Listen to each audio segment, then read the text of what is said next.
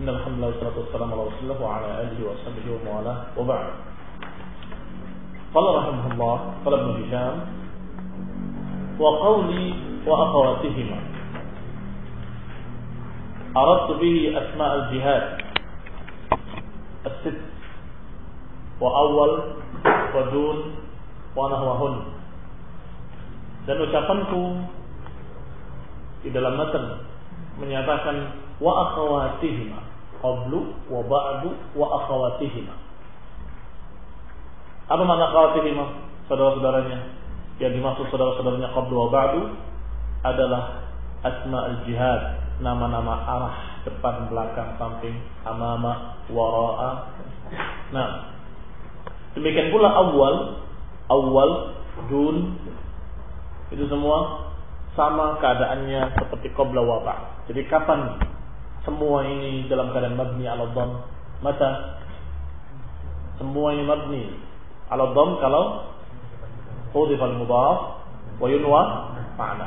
Jadi berkata penyair, la'amruk ma adri wa inni la awjal ala ayyina ta'dul maniyatu awwal. Sungguh tuhai kiranya aku tidak tahu, wa inni la aujal, dan sungguh aku khawatir, ala ayyina ta'dul maniyatu awwal, atas siapa di antara kita datangnya kematian ini pertama kali. Dan awwalu mal i'rab, bagaimana i'rabnya? Asy-syahidu fihi qawluhu awwal, fa inna ar-riwayah انظر al-i'rab fi الحاشية في footnote. الشاهد فيه قوله أول، فإن الرواية في هذه الكلمة بالضم وذلك على تقدير حذف المضاف. Berarti dia dalam keadaan tidak disebutkan mudhafnya atau mudhaf ilaihnya.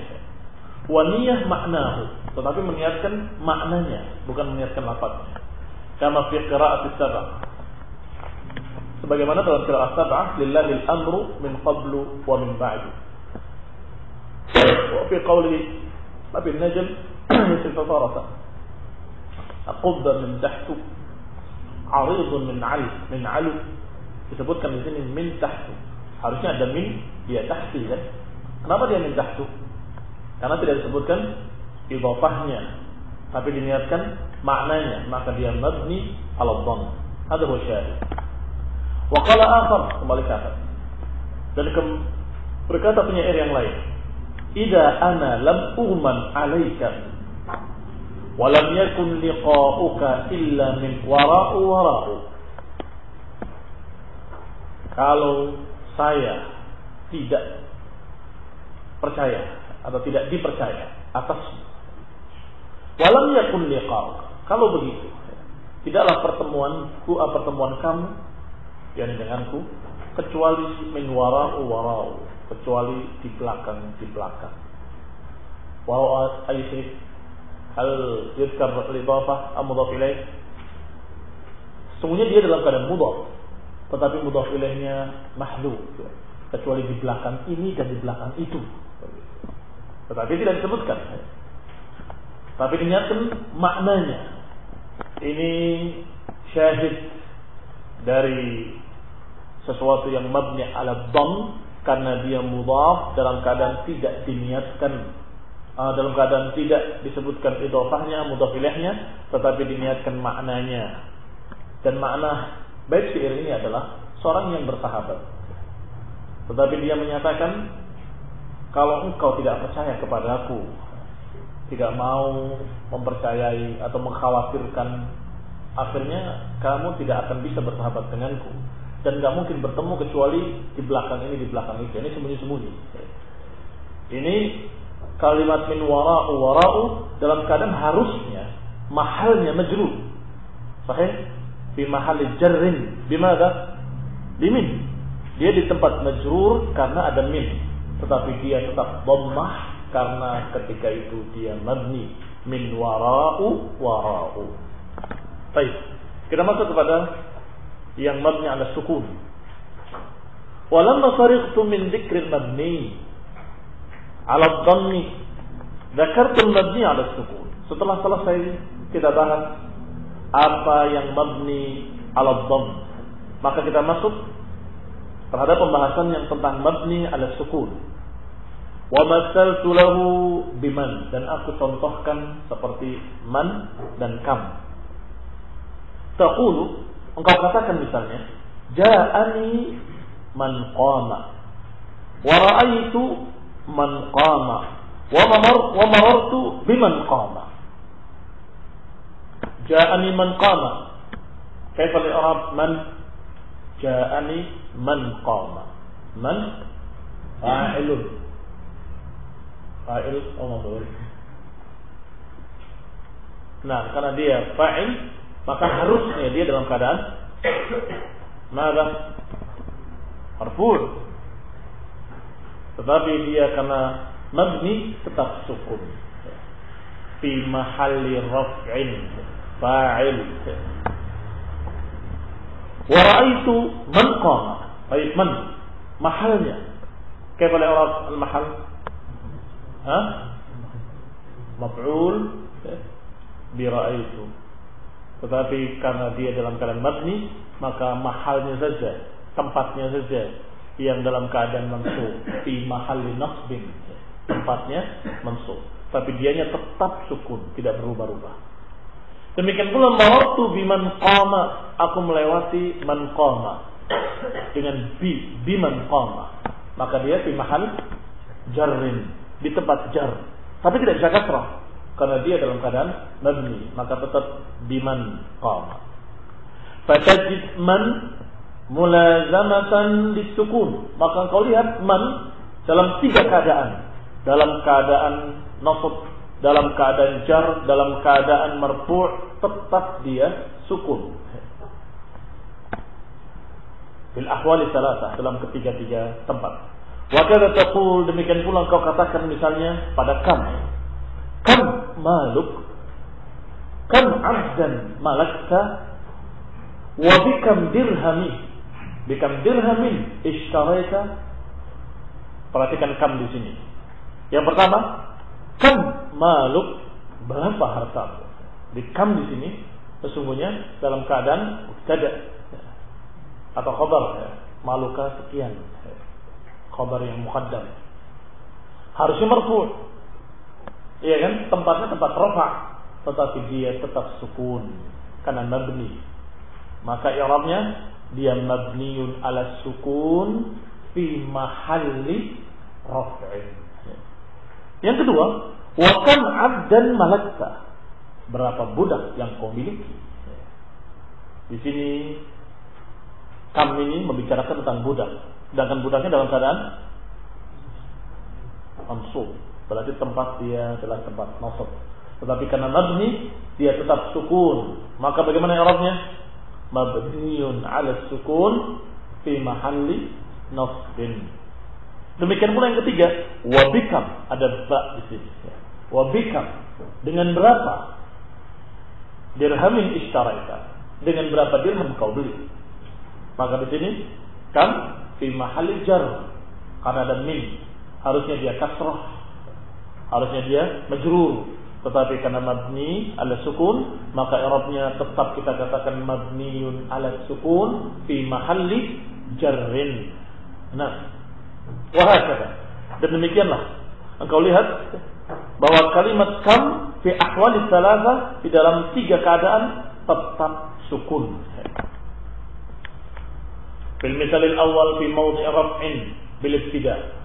Yang pertama dia di tempat rafa' karena mubtada inda Sibawayh, mubtada menurut Sibawayh. Wa 'ala al-khabariyah inda al-Akhfash, dia khabar tapi muqaddam menurut al-Akhfash. Maka saya sebutkan dari mubtada atau khabar karena ada istilah di kalangan nuhat. Wa fi dzani, pada kalimat yang kedua kamu lihat kam fi mawdi'in nasbin 'ala al-maf'uliyah, dia di tempat nasab sebagai maf'ul dengan fi'il yang setelahnya. Apa fi'il setelahnya? Malakta. Jadi malakta kam abdan, begitu maknanya. Malakta kam abdan, engkau memiliki berapa? Berarti berapa ini dalam keadaan mansub alal maf'uliyah. tetapi dia tetap sukun. Wa fi tsalits, di dalam jumlah yang ketiga atau kalimat yang ketiga, fi mawdi'i khafdin bil ba. Dia dalam keadaan di tempat khafd, tempat jar dengan ba. Wa hiya sakinatun fil ahwali tsalatsah kama tara. Tetapi kamu lihat dia tetap sukun di 3 keadaan sebagaimana kau lihat. Lamma dzakaratul mabniya 'ala sukun mutaakhiran, maka ketika aku sebutkan yang mabni 'ala sukun ini mutaakhiran di belakang, aku khawatir, kata Ibnu Hisham, min wahmi man yatawaham annahu khilaful asl. Aku khawatir ada orang yang memahami keliru bahwa itu adalah keluar dari hukum asal. Pada fa'tu hadzal wahm biqauli, maka aku bantah kekhawatiran salah paham tadi dengan kalimat wa huwa aslul bina, dan itu adalah aslul bina. Perhatikan, qanifidina azakumullah, di sini ada faedah bahwa umumnya para ulama ketika menyebutkan sesuatu hukum, maka yang disebutkan pertama kali al-asl, baru kemudian furu'nya. Biasanya begitu. Maka dikatakan pertama dengan sesuatu asal, baru yang kedua fara'. Yang asal kemudian cabang-cabang. Tetapi kali ini Ibnu Hisham menyebutkan mabni ala dhamm. Pertama mabni ala al-kasr, kemudian mabni ala al-fath, mabni ala as-sukun, mabni ala al-rafa', ala al-dhammah, dan kemudian mabni ala as-sukun. Justru di akhir yang asal. Maka kata beliau, saya khawatir ada orang yang mengira bahwa ini farah bukan asal. Maka saya terangkan supaya jangan salah paham. Wa huwal asl, dan itu yang asal, atau wa huwa aslul bina, dan itu adalah aslul bina. Nah, berarti faedahnya kita mendapatkan ilmu bahwa aslul bina adalah sukun. Asalnya bina itu mabni ala sukun, yang lain farah. Yang harus dikasih alasan yang farah. Kalau yang asal itu memang asalnya begitu. Dan juga yang kedua faedahnya, bahwasanya kalau asal mestinya atau umumnya ditaruh di awal, tidak di akhir. Kalau taruh di akhir atau di tengah harus dikasih keterangan wahwal asal, dan ini asal. Sebab akan dipahami secara keliru bahwa yang awal itulah yang asal. Karena keumuman para alim nuhas menyebutkan yang asal itu adalah yang pertama. Jadi ketika kamu menyebutkan misalnya tentang sholat, kamu akan mengatakan sholat isya itu 4 rakaat, kecuali kalau kau musafir boleh dikosor, gitu kan? Tidak kemudian mengatakan 2 rakaat, kecuali kalau kamu mukim, nggak begitu. Tapi yang asal dulu yang disebut, yaitu yang 4 rakaat. Baru kemudian kalau ini, kalau begitu boleh dikosor, boleh dijamak dan seterusnya. Nah, berarti yang farq adalah yang belakang. Demikian kata Ibnu Hisham rahimahullah, wa huwa aslul bina. Wa ammal fi'lu fa thalathatu aqsam. Berarti selesai kita membahas tentang isim. Wa ammal fi'lu fa thalathatu aqsam. Adapun fi'il ada 3 macam.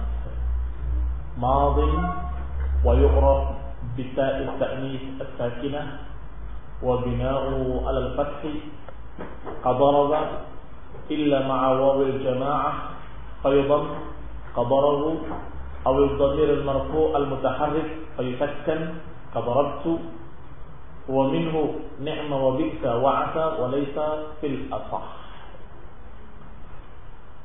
Fi'il ada 3 macam, fi'il madhi, fi'il amr, dan fi'il mudhari'. Kita bahas yang pertama dulu, fi'il madhi. Fi'il madhi yu'raf bi ta'i at-ta'nis as-sakinah. Fi'il madhi bisa dikenal kata kerja yang lampau, bentuk lampau. Ini bisa dikenal dengan ta'i at-ta'nis as-sakinah, ta yang menunjukkan muannas yang sukun. Wa bina'uhu 'ala al-fath, dan dalam keadaan dia mabni 'ala al-fath. Itu tanda juga, tanda kalau itu fi'il madhi. Kadaraba, seperti daraba. Kecuali kalau ada wawul jama', maka dia mabni 'ala dhamm. kadarabu. Atau kalau dia bergandengan dengan dhamir yang marfu', yang mutaharrik, maka dia mabninya ala sukun, seperti darabtu, darabta, darabti. Nah, wa minhu, dan di antara fi'il madhi adalah ni'ma wa bi'sa wa 'asa wa laisa fil ashah. Dan termasuk fi'il madhi adalah 4 fi'il ini. Bi'sa wa ni'ma, yang kedua-duanya adalah satu fi'il yang untuk menyebutkan baiknya sesuatu atau jeleknya sesuatu. Kalau ni'ma menunjukkan baiknya sesuatu, kalau bi'sa untuk jeleknya sesuatu. Wa 'asa wa laisa. Wa 'asa wa laisa. Ini juga fi'il madhi. Dan kemudian sebagaimana biasanya disebutkan oleh seorang ahli nahwu atau seorang penulis dengan kalimat fil ashah untuk menunjukkan adanya ikhtilaf, dan beliau menganggap yang lebih sahih adalah dia sebagai fi'il madhi. Ini yang lebih sahih, fil ashah, menurut pendapat yang sahih. Kita akan terangkan insyaallah pada kajian yang akan datang. Subhanallah wa bihamdihi, la ilaha illa anta, astaghfiruka wa atubu ilaik. Assalamualaikum warahmatullahi wabarakatuh.